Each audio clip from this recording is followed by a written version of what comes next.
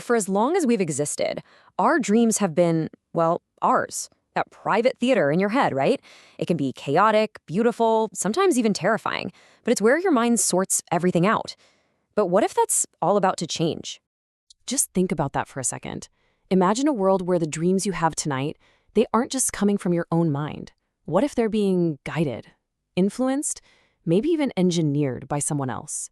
And look, I know this sounds like something straight out of a sci-fi movie, but it's not.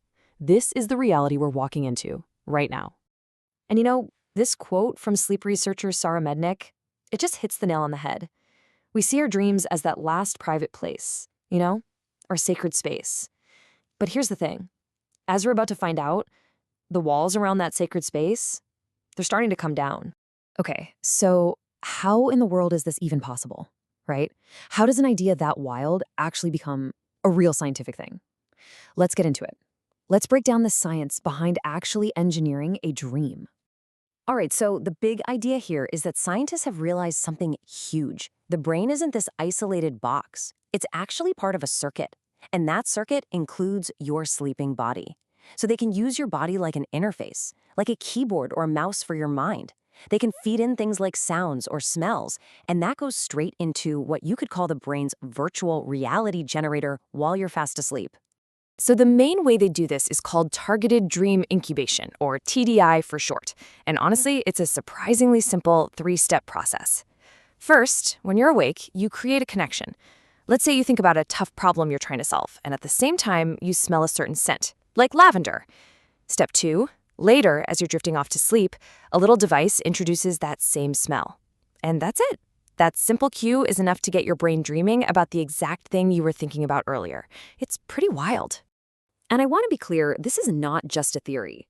Researchers at MIT actually built a device that does this. It's called Dormio.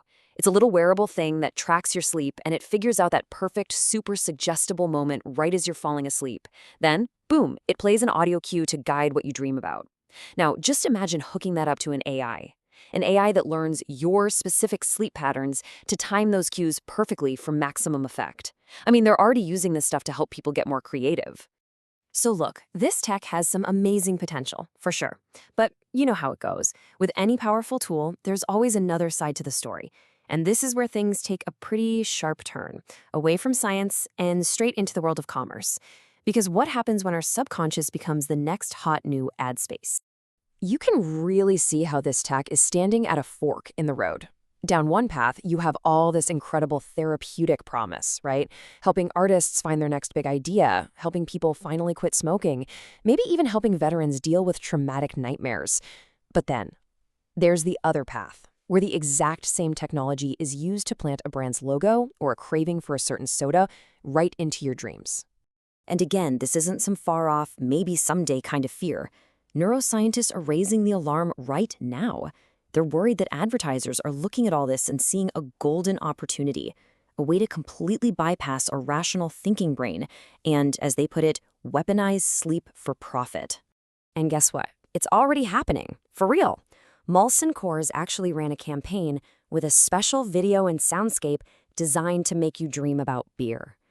Xbox did a similar thing for gamers. And then there's Burger King who, get this, created a Nightmare King burger that they claimed was scientifically designed to give you nightmares. All of it, just a big marketing stunt.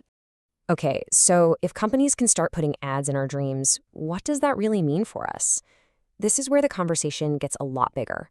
We have to talk about the huge ethical questions here and the fight for what might be the most fundamental right we have. This brings us to a really important idea: mental privacy. I mean, we all just kind of assume that our inner world, our thoughts, our emotions, our memories, that it's all private.